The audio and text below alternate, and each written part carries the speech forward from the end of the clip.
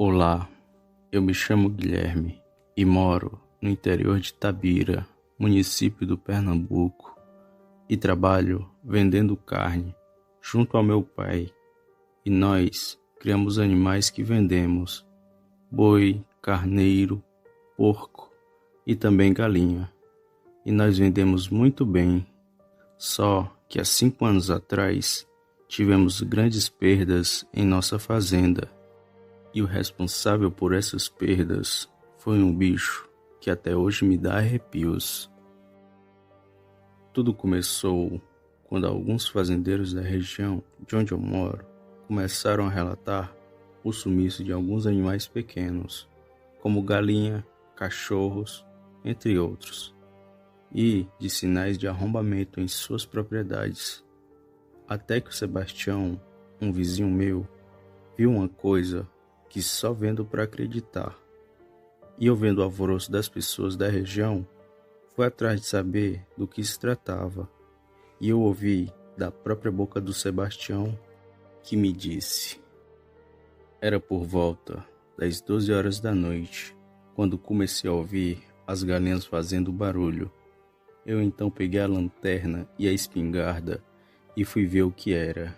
E enquanto eu me aproximava do galinheiro, ficava cada vez mais nítido que tinha algo grande atacando as galinhas. E antes de eu chegar na porta, que estava arrombada, eu escutei um animal roncando, e também deu para ouvir que aquele bicho fazia um barulho horrendo enquanto comia minhas galinhas. Eu então peguei a lanterna e foquei de onde estava vindo os barulhos, e vi um bicho de cócoras que estava de costas, que media algo em torno de 1 metro, e que, ao me ver, soltou o resto de galinha que tinha em suas mãos e se virou, ficando de pé. E deu para ver que ele era muito alto, devia ter uns 2 metros de altura. Nessa hora eu travei e só ficava pensando em que bicho era aquele. Parecia um cachorro, mas tinha as orelhas de porco. O corpo era de gente. Foi então que aquele bicho começou a dar passos, vindo em minha direção. Eu então peguei a espingarda e, no susto, atirei. E nem mirar eu mirei. E depois do tiro, eu só senti um vulto preto passar por mim, que correu em direção à mata. Foi nessa hora que eu aproveitei e corri para casa e tranquei tudo, e só vim abrir hoje pela manhã, e estou aqui contando para vocês. Ouvi aquela história e acreditei, embora a maioria das pessoas não estivessem acreditando, pois Sebastião tem fama de ser mentiroso, mas dava para ver em seus olhos que o que ele contava era verdade. Depois daquilo, voltamos à nossa vida normal, e ninguém mais ouviu falar no tal bicho. Até que algumas pessoas começaram a relatar que estavam vendo a mesma coisa que o Sebastião viu na estrada de Carroçável, mesma estrada que eu e meu pai passávamos todo dia para a gente ir vender carne. E nós estávamos céticos, pois nem eu e nem meu pai vimos nada de estranho por lá. E eu só sempre dizia: só acredito vendo, até que realmente tive que ver para acreditar. Tudo aconteceu em uma madrugada de segunda-feira, sendo que no dia anterior, eu e meu pai havíamos abatido um boi e algumas galinhas, pois, como era de costume, nós sempre abastecíamos o frigorífico na segunda. Nós então ensacamos as carnes e colocamos no freezer de casa mesmo, para que no outro dia levássemos para a picape e colocasse gelo, depois para o frigorífico. E foi isso que a gente fez. Às 3 horas da madrugada, nós acordamos e nos aprontamos. E saímos por volta das 3h30, e ainda estava tudo escuro. E seguimos de carro por aquela estrada de Carroçável, que passava por dentro de umas 4 fazendas. E cada fazenda tem uma porteira com um mata-burro. e cada fazenda tem 2 porteiras dessas. E toda vez eu desço e abro a porteira e meu pai passa com o carro. Depois eu fecho e volto pro carro. E foi tudo normal nas 3 primeiras porteiras, até chegarmos na 4ª. Nesse momento, assim que desci do carro, senti que algo me observava e parecia estar bem próximo da gente. Mas mesmo com medo, eu abri a porteira e meu pai passou.